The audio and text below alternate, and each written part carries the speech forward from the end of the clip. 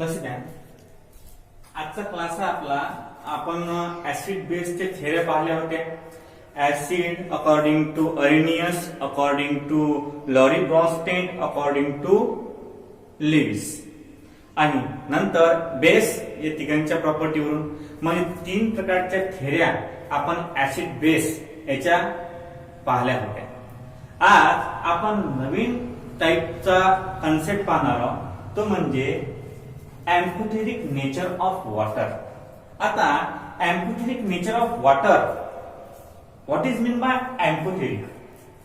एम्फोथेरिक म्हणजे ज्याप्रमाणे आपण 3 पार्ट पाडले होते 11th स्टँडर्ड मध्ये, की एलिमेंटचे 3 टाइप्स पडतात. एक मेटल, एक नॉन मेटल आणि एक मेटॅलॉइड. मग समजा आता एलिमेंट प्रमाणेच या कंपाऊंड सुद्धा 3 पार्ट पडतात. Number first acid, number base, second number base आणि थर्ड नंबर आहे एम्फोथेरिक. आता एम्फोथेरिक आणि मेटॅलॉइडच्या प्रॉपर्टी सेम आहे. एखादा कंपाऊंड जर ऍसिडचे गुणधर्म दाखवत असेल तर त्याला आपण ऍसिड म्हणतो. एखादा कंपाऊंड जर बेसचे गुणधर्म दाखवत असेल तर त्याला आपण बेस म्हणतो. आणि एखादा कंपाऊंड कोणते ना कोणते म्हणजे एका रिएक्शन मध्ये ऍसिडचं काम करते, एका रिएक्शन मध्ये बेसचं काम करते, म्हणजे दोन्हीही कॅटेगरी सांभाळते, त्याला म्हणतात एम्फोथेरिक. समजलं का? एम्फोथेरिक means the solution or the substance which shows both the character in a different reaction. म्हणजे अलग अलग प्रकारचे कॅरेक्टर अलग अलग प्रकारचे रिएक्शन मध्ये दाखवते, त्याला आपण एम्फोथेरिक नेचर म्हणतो. आता आपल्याला एम्फोथेरिक नेचर ऑफ वॉटर पाहायचं आहे. Amphoteric nature of water. तुम्हाला questioning why water is show amphoteric nature, explain amphoteric nature of water, why water is a amphoteric. असे अलग अलग प्रकारचे प्रश्न येतील. कधी कधी तर हाही प्रश्न येतील तुम्हाला की अशी रिएक्शन सांगा की वॉटर त्यात ऍसिड आहे, अशी रिएक्शन सांगा की वॉटर त्यात बेस आहे. आणि अशा पद्धतीचं आपण हे सिस्टमॅटिकली आज पाहणार आहोत. एम्फोथेरिक नेचर ऑफ वॉटर म्हणजे water act as a base, water act as a acid. म्हणजे वॉटर ऍसिडचं सुद्धा काम करते आणि वॉटर बेसचं सुद्धा काम करते, ते आपण आज पाहणार आहोत. पहा, amphoteric nature of water. Water has a ability to act as an acid as well as base. Water मध्ये एबिलिटी असते ऍसिडची आणि बेस प्रिपेअर करायची. कारण ज्यावेळेस आपण वॉटरला 2 भागामध्ये डिवाइड करतो त्यावेळेस एक भाग एच पॉझिटिव्ह असतो आणि दुसरा भाग कोणता असतो? OH negative.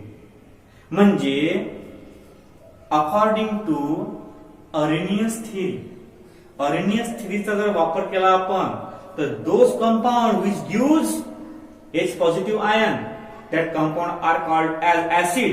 आणि जो कंपाऊंड OH निगेटिव्ह देतो त्याला आपण काय म्हणतो? बेस.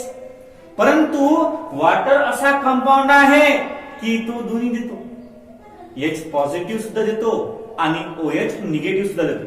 आता बघा, water has a ability to act as a base as well as acid. Such a behavior called as amphoteric nature of water. आणि या बिहेवियरला काय म्हणतात? Amphoteric nature of water. आता बघा, या पहिल्या नंबरच्या रिएक्शन मध्ये जो आपला वॉटर आहे, या पहिल्या नंबरच्या रिएक्शन मध्ये जो आपला वॉटर आहे तो वॉटर ऍक्ट ऍज अ ऍसिड आहे. का बरं? Because ammonia basic in nature. आणि बेस सोबत कधीच रिएक्ट होत नसते. बेस दुसऱ्या बेस सोबत रिएक्ट कधीच होत नसते. हा अमोनिया आहे, हा अमोनिया एक H घेणार. आता हा H घेणारा आहे, फोटॉन घेणारा आहे, म्हणून हा काय असणार? हा ऍसिड आहे, हा आहे बेस. मग हा काय? OH base. नॉर्मल OH कोण देते? OH बेस मग हा झाला बेस, हा झाला ऍसिड, हा झाला बेस, हा झाला ऍसिड. मग असं काय आहे हा बेस. मग राहिलेला कंपाऊंड कोणता असेल ऍसिड.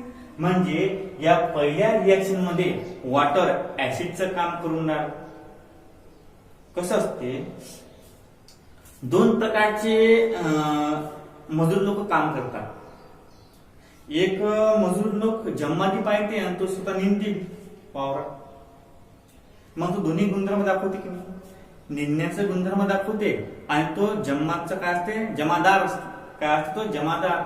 म्हणजे दोन्ही कंपाऊंड बरोबर आहेत की नाही. मग दोन्ही प्रॉपर्टी दाखवणार, मजुराचे काम कोणाला, जमादाराचे काम कोणाला, मग त्याला म्हणतात अँपोथेरिक. दुसरी गोष्ट, एक माणूस एका फॅक्टरीमध्ये दोन कामं करते. तो माणूस फॅक्टरीमध्ये वर्क सुद्धा करते आणि संध्याकाळी मालकाच्या गाडीवर ड्रायव्हर होऊन मालकाला घरी सुद्धा नेऊन देते. म्हणजे दोन्ही काम करून राहिला, ड्रायव्हरचंही काम करून राहिला आणि मजुराचंही काम करून राहिला. मग तो मजूर काय होणार, तो मजूर म्हणजे अँपोथेरिक होणार. कारण तो एकच सबस्टन्स दोघांचेही काम करते, एकच सबस्टन्स दोघांचेही काम करते. त्याला म्हणतात अँपोथेरिक नेचर ऑफ वॉटर. या रिएक्शन मध्ये हा जो ऍसिड आहे हा हा जो वॉटर आहे तो ऍसिडचं काम करून राहिला आणि या रिएक्शन मध्ये हा जो वॉटर आहे तो बेसचं काम करून राहिला. आता बघा, ionization of acid and base. लक्ष द्या, तसे तर ऍसिड आणि बेस कमी प्रमाणात आयोनाइज होतात, जास्त प्रमाणात आयोनाइज होत नाही ऍसिड. परंतु ऍसिडचे आणि बेसचे अजूनही दोन दोन प्रकार पडतात. आता ऍसिडचे म्हटलं म्हणजे जे ऍसिड एकदम स्ट्रॉंग असतात त्याला आपण स्ट्रॉंग ऍसिड म्हणतो. जे ऍसिडचे बॉन्ड वीक असतात त्याला आपण वीक ऍसिड म्हणतो. म्हणजे ऍसिडचे दोन प्रकार पडले. एक कोणता आहे, एक आहे स्ट्रॉंग ऍसिड, एक आहे वीक ऍसिड. मग त्याचप्रमाणे सिमिलरली बेसचे सुद्धा दोनच प्रकार पडतात. एक म्हणजे स्ट्रॉंग बेस आणि सेकंड म्हणजे वीक बेस. आता दोन कंपाऊंड आहेत, यातला स्ट्रॉंग ऍसिड आणि स्ट्रॉंग बेस हा खूपच म्हणजे खूपच कमी आयोनाइज होतो. याच्यापासून लवकरात लवकर आयन्स मिळत नाही. परंतु वीक ऍसिड आणि वीक बेस या दोघांपासून लवकरात लवकर काय मिळतात, आयन्स मिळतात.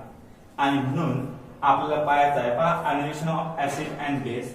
Weak acid and weak base are ionize very fast. खूपच लवकर आयोनाइज होतात ते कोण, वीक ऍसिड आणि weak base. Because there intermolecular forces of attraction are very weak. त्यामध्ये फोर्सेस ऑफ अट्रॅक्शन जे असतात ते वीक असतात. म्हणजे वंडरवॉल फोर्सेस असतात. काय असतात, वंडरवॉल फोर्सेस. त्या कारणानं त्याचं बरोबर आयोनाइज होणं शक्य होते आणि चांगल्या प्रकारे वीक ऍसिड आणि वीक बेसच आयोनाइज होऊ शकतात. आता बघा, तर त्यानंतरचा कंपाऊंड आहे आपला dissociation constant of weak acid and weak base. Dissociation constant, समजा एखादा मॉलिक्यूल डिसोसिएट होऊन राहिला, मग तो एक पॉइंट असते, इक्विलिब्रियमचा एक पॉइंट असते की बस या पॉइंटवर हे डिसोसिएट होतात, या पॉइंटवर डिसोसिएट होतात. तुम्हाला सांगतात लय वेळा की हो, ते जर एखादा कंपाऊंड जर तो त्या वॉटरमध्ये डिझॉल्व होत नसेल तर त्या वॉटरला तपवतात, त्याला हीट करतात. त्याला काय करतात, हीट. आणि हीट म्हणतो तो टाकला जातो आपोआप फैलतो. आणि जर थंड पाण्यामध्ये टाकला तर तो लवकरात लवकर विरघळत नाही.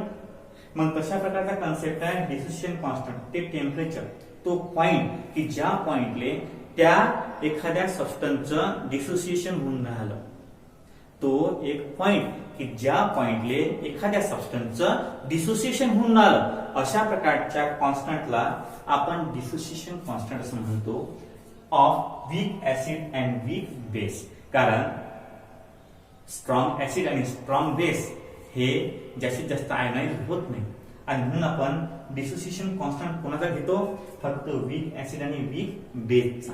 लक्ष द्या, आता the dissociation constant for dissociation equilibrium. लक्ष द्या, the dissociation constant for dissociation equilibrium, म्हणजे डिसोसिएशन इक्विलिब्रियम म्हणजे त्या कंडिशनला डिसोसिएशन कॉन्स्टंट कोणाचा ऑफ वीक ऍसिड और weak base is defined as the equilibrium constant for dissociation equilibrium of weak acid और weak base. म्हणजे डिसोसिएशन इक्विलिब्रियम म्हणजे तो पॉइंट, ती जागा की जिथे ते डिसोसिएट होऊन राहिले of weak acid and weak base. त्या वीक ऍसिडची आणि वीक बेसची अशी एक जागा की त्या जागेवर असा एक पॉइंट की त्या पॉइंटवर दोन्ही आयनाइज होऊन राहिले, H positive OH negative, H positive OH negative अशा प्रकारे कन्सर्न आहे. आता अकॉर्डिंग टू डेफिनेशन, या डेफिनेशन नुसार जर आपल्याला डिसोसिएशन कॉन्स्टंट काढायचा असेल तर आपण असं लिहू शकतो, डिसोसिएशन कॉन्स्टंट ऑफ ऍसिड, असं तुम्हाला ऍसिड देऊन दिलेला आहे. Dissociation constant of acid equal to concentration of H positive ion into concentration of A negative. का बरं असं का बरं घेतलं आपण हे? कारण रिएक्शन आहे आपल्याचं, ऍसिड रिएक्शन ही आहे आणि बेसची रिएक्शन ही आहे. समजा आपण ऍसिड घेतला HA, कोणता घेतला HA, मग ऍसिड तुम्हाला माहित आहे H पॉझिटिव्ह देते, ऍसिड H पॉझिटिव्ह आणि जो हा A आहे हा निगेटिव्ह. नंतर आपण सेकंड कंपाऊंड घेतला BOH, म्हणजे B पॉझिटिव्ह आणि OH निगेटिव्ह. म्हणजे आता या ऍसिडचं जर आपल्याला डिसोसिएशन कॉन्स्टंट काढायचा असेल तर जे आयन्स आहेत, कोणकोणते आयन्स आहेत, H पॉझिटिव्ह आणि A निगेटिव्ह, या दोन्ही आयनचं आपल्याला कॉन्सन्ट्रेशन घ्यायचं असतं आणि खाली जो टर्म आहे आपली ती टर्मचं कॉन्सन्ट्रेशन. लक्ष द्या, dissociation constant of acid equal to concentration of both the ions आणि upon concentration of HA, that acid. आता बघा बेस साठी सेम फॉर्म्युला सेम आहे, concentration of B positive, concentration of OH negative आणि कॉन्सन्ट्रेशन ऑफ BOH. बी पॉझिटिव्हचं concentration, OH चं concentration upon BOH चं concentration. अशा प्रकारे डिसोसिएशन कॉन्स्टंट हा आपल्याला सांगता येतो. लक्ष द्या, आता आहे मोस्ट इम्पॉर्टंट 1888 साली Ostwald, the great chemist in the 18th century, म्हणजे 1800च्या शतकाच्या त्या पुढे फाउंडेशन मधला एकदम ग्रेटेस्ट सायंटिस्ट की ज्यानं सबस्टन्स बद्दल, पदार्थशास्त्र म्हणजे पदार्थशास्त्र म्हणतात, पदार्थशास्त्रामध्ये खूप प्रगती केली. त्याचं नाव आहे ऑसवाल्ड.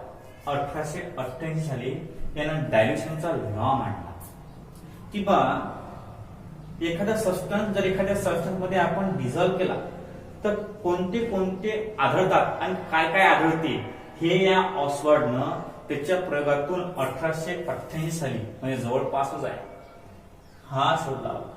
आता पहा ऑसवाल्ड डायल्युशन लॉ आपण दोन साठी अलग अलग करू, वीक ऍसिड साठी अलग आणि वीक बेस साठी येतात.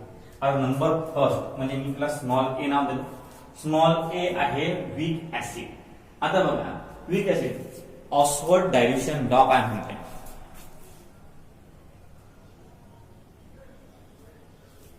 लक्ष द्या. आता आपण ऑसवाल्ड डायल्युशन लॉ 1888 साली झाला होता.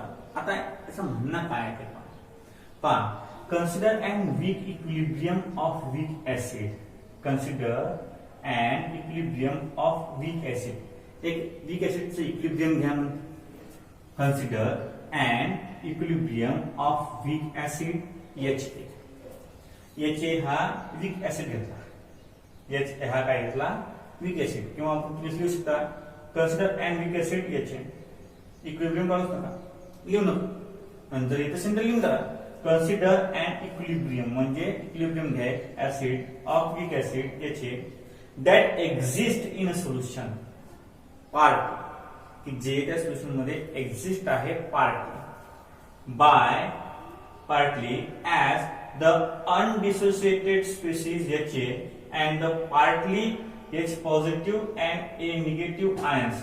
देन म्हणजे या रिएक्शनचं डिस्क्रिप्शन आहे की एक हा वीक ऍसिड घ्या इक्विलिब्रियमचा आणि दोन प्रकारे घ्या. एक हा डिसोसिएट होऊन नाही राहिला आणि हे डिसोसिएट झाले. मग डिसोसिएट न झालेला आणि डिसोसिएट झालेले हे अलग अलग कॅटेगरी मध्ये बसवा. की हा जो H आहे हा डिसोसिएट झालेला नाही आहे आणि हा H पॉझिटिव्ह आणि A निगेटिव्ह हे दोन्हीही काय आहेत, डिसोसिएट झालेले आहेत. आता पहा, the acid dissociation constant, the acid dissociation constant is given by, ऍसिडचा डिसोसिएशन कॉन्स्टंट हा तुम्हाला दिलेला आहे K acid equal to H positive A negative, म्हणजे concentration of H positive, concentration of A negative आणि अपॉन H डेफिनेशन नुसार. मग suppose 1 mole of acid म्हणजे 1 मोल, Hचं काय आहे 1 मोल घेतला. 1 mole of acid initially present in volume V, म्हणजे V एवढ्या व्हॉल्यूम मध्ये, V एवढ्या व्हॉल्यूम मध्ये तुम्ही HA या ऍसिडचा 1 मोल टाकला. समजा एक बीकर आहे, त्या बीकर मध्ये V एवढा व्हॉल्यूम आहे, कॅपिटल V एवढा व्हॉल्यूम आहे आणि तुम्ही HA नावाचा ऍसिड त्यात 1 मोल टाकला. किती मोल टाकला?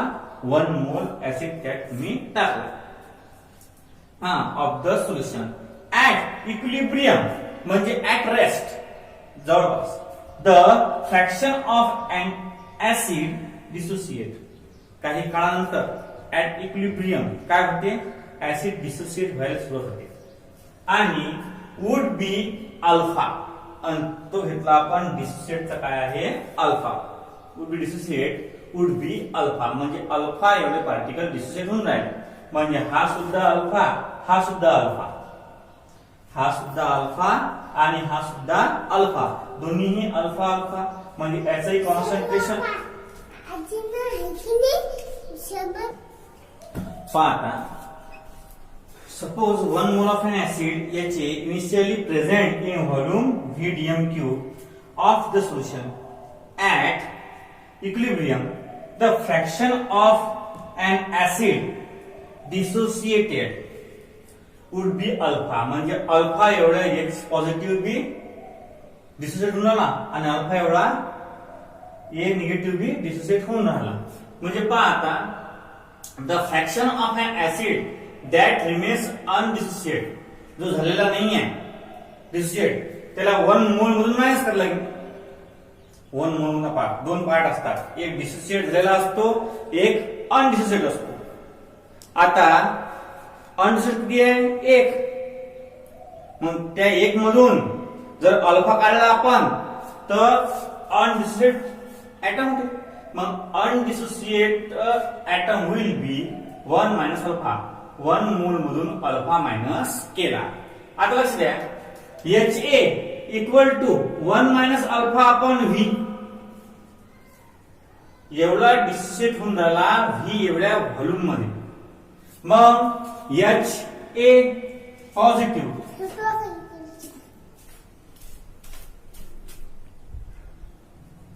हा थोडस पहा आहे इकडं थोडस मिस्टेक आहे. HA positive equal to A negative आहे, H पॉझिटिव्ह आणि इक्वल टू A निगेटिव्ह आहे, equal to alpha upon V, equal to alpha upon V, equal to काय येणार ते अल्फा अपॉन V. याचं म्हणजे याचंही पॉझिटिव्हचंही अल्फा अपॉन V, याचंही अल्फा अपॉन V, कारण पहिले याचा अल्फा होतं तर याचं 1 मायनस अल्फा होतं. मग आता याचं 1 मायनस अल्फा अपॉन V, याचंही अल्फा अपॉन V, याचंही अल्फा अपॉन V. आता कॉन्सन्ट्रेशन ऑफ दिस,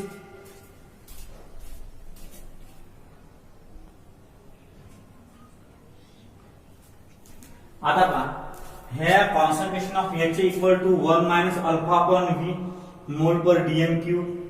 नंतर H पॉझिटिव्ह, या दोघांचं कॉन्सन्ट्रेशन अल्फा इक्वल टू आहे, काय equal to alpha upon V. फॉर्म्युल्यात टाकून दिलं किंमत याचं काय येणार alpha upon V 1 minus alpha upon V into alpha upon V upon 1 minus alpha upon V म्हणजे किती टाकून दिले. नंतर पहा अल्फा इंटू अल्फा अल्फाचा स्क्वेअर हा एक व्ही आणि एक व्ही कटला व्ही इंटू दिस म्हणजे alpha square upon 1 minus alpha into V. परंतु 1 अपॉन व्ही काय असते concentration 1 upon volume equal to concentration. मग therefore K equal to alpha square C upon 1 minus alpha K equal to alpha square C upon 1 minus alpha. आता पहा weak acid साठी किंवा कोणत्याही acid साठी किंवा बेस साठी हा जो अल्फा असते अल्फा हा खूपच लहान असतो. वीक ऍसिड साठी जो अल्फा असतो सॉरी अल्फा वीक ऍसिड साठी किंवा बेस साठी म्हणा हा जो अल्फा असतो हा व्हेरी स्मॉल असतो. व्हेरी स्मॉल असल्या कारणानं 1 मायनस अल्फा इज अप्रॉक्सिमेटली 1 घेतो आपण. हा जर 1 असेल तर अल्फा 0.0 समथिंग समथिंग असतो म्हणजे 1 minus alpha is approximately equal to 1. Therefore Ka म्हणजे equilibrium constant of acid equal to alpha square C आणि हा 1 घ्यायची गरज नाही. मग देअरफॉर आता हा सी इकडे गुणाकारात आहे तिकडे आम्ही भागाकारात म्हणजे alpha square equal to Ka upon C are याचं उत्तर काय ना alpha square equal to Ka into V taking square root alpha equal to under root Ka upon C or alpha equal to under root Ka into V, and this is the relationship between dissociation constant of weak acid and dissociation constant of weak acid and dissociation. Alpha आणि के मधलं relation आहे हे सुद्धा alpha आणि के मधलं relation आहे. या रिलेशनवर problem आहे. या रिलेशनवर काय तुम्हाला प्रॉब्लेम लक्ष द्या. आता आपण पहिले स्टार्टिंगला सोबतच आहे आपण काहीच खोललं नाही अजून. आपण स्टार्टिंगला आपण याचा एम्प्लिफाइड नेचर ऑफ वॉटर पाहिलं हे चांगल्या पद्धतीने तुम्हाला समजलं असेल. नंतर ionization of acid and base पाहिलं की वीक ऍसिड आणि वीक बेस फक्त आयन चांगल्या प्रकारे होतात. स्ट्रॉंग ऍसिड आणि स्ट्रॉंग बेस चांगल्या प्रकारे आयनाइज होत नाही. नंतर डिसोसिएशन कॉन्स्टंट पाहिला त्याचा फॉर्म्युला पाहिला. नंतर रिएक्शन पाहिला आपण ऍसिडची रिएक्शन जनरल रिएक्शन आणि बेसची जनरल रिएक्शन. नंतर ऑक्सफर्ड डायल्युशन लॉ पाहिला आपण 1888 साली. याच्यामध्ये या रिएक्शनचं कॉन्ट्रीब्युशन याचे H पॉझिटिव्ह A निगेटिव्ह आणि the acid dissociation constant is given bye हा जो फॉर्म्युला पाहिला आपण तो ऍसिडसाठी फॉर्म्युला लिहिला. आता इथं यांनी suppose 1 mole of an acid याचे initially present in volume V म्हणजे याचे हा ऍसिड V एवढा व्हॉल्यूम मध्ये टाकला. Solution at the equilibrium the fraction of the an acid dissociated किती आहे अल्फा. अल्फा हा डिसोसिएट झाला एवढा where alpha is the degree of dissociation of acid the fraction of an acid that remains undissociate जो dissociate झाला नाही part तो आहे 1 मायनस अल्फा. देअरफॉर याचे equal to 1 minus alpha upon V mole per dm. H positive आणि A negative equal to alpha upon V mole per DM Q. आता ह्या value आपण या फॉर्म्युल्यामध्ये टाकले कॅल्क्युलेशन केलं अल्फा इंटू अल्फा अल्फाचा स्क्वेअर एक V खालचा आणि एक V हा कटला म्हणजे alpha square upon 1 minus alpha V 1 upon V का असते कॉन्सन्ट्रेशन. मग Ka equal to alpha square C upon 1 minus alpha. For acid alpha is very small 1 minus alpha is approximately equal to 1 power alpha खूप small आहे. मग Ka equal to alpha square C आणि Ka equal to alpha square upon V कारण 1 upon V म्हणजे C. एक तर हे तुम्हाला काय दिलेलं आहे त्याच्यावर डिपेंड आहे. Alpha square equal to Ka upon C और alpha square equal to Ka into V taking square root equal to दोन्ही स्क्वेअर रूट टाकून द्या. This is the relation between degree of dissociation and dissociation constant. तुम्हाला विचारलं की what is the relation between the degree of dissociation and equilibrium constant, तर तुम्हाला हे लिहिता येईल. आता अशाच प्रकारची पूरी सिस्टमॅटिक अरेंजमेंट आहे. लक्ष द्या, कोणताही ऍसिड असला आणि कोणताही बेस असला, आता ऍसिड आहे तिथं CH3COOH आहे, ऍसिटिक ऍसिड. CH3COOH त्याचे रूल्स तेच, H पॉझिटिव्ह आणि CH3COO निगेटिव्ह. कोणताही ऍसिड, कसाही ऍसिड, या याच्या ठिकाणी एच सोडून बाकी सारं लिहून घ्यायचं. आता हे जनरल आहे, याच्यावरून तुम्ही कोणताही ऍसिड काढू शकता, काही काढू शकता, हेच लिहायचं. फक्त याच्या ठिकाणी ते तुम्हाला दिलेलं जे ऍसिड राहील ते लिहायचं, त्यातला एच काढून टाकायचा आणि उरलेलं मायनस मध्ये टाकून द्यायचं. त्याच्या ठिकाणी एच पॉझिटिव्ह येणारच ना, बाकीचा पार्ट अपॉन पुरा ऍसिड, आणि हे असंच्या असं, तो कोणताही असो ऍसिड, त्यासाठी प्रत्येक ऍसिडसाठी हे सारखंच राहील, असंच एक्सप्रेशन राहणार आखरीपर्यंत. आता अशा प्रकारे एवढा पार्ट आपला आज झाला. पहा आता बाकीचा कन्सेप्ट जो आहे आपल्याला तो आपण उद्याला चांगल्या प्रकारे पाहू. आज आपण खूप मोठा, कारण कसं आहे हे लिहायला खूप वेळ जाते. आज लिहिलं नसतं आपण तर आपल्याला 50-55 मिनिटं लागली असते. पहिले लिहून घेतलं आणि नंतर समजून सांगितलं तर आपल्याला टाइम खूप कमी लागला. अशा प्रकारे आजचं लेक्चर आपलं झालं. आता बाकीचं आपण उद्या पाहू.